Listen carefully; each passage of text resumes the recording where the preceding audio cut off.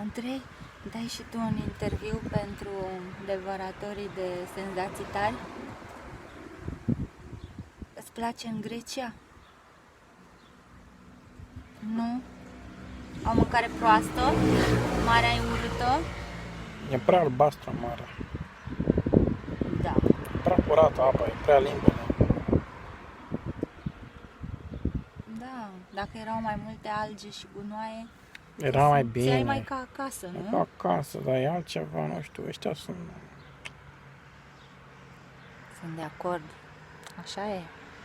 Așa e, domne.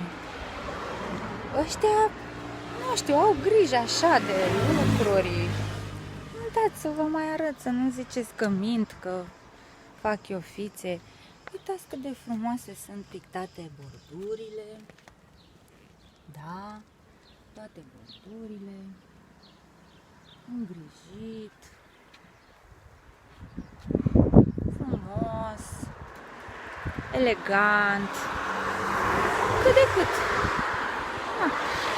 Mașinuțele așteaptă acolo să fie preluate de turiști ca să se fâție liniștiți pe unde vor ei, să nu depindă de autocare sau să-și strice piciorușele. Nu. Nu. Mergem așa cu mașinuța. Da, greu, e greu.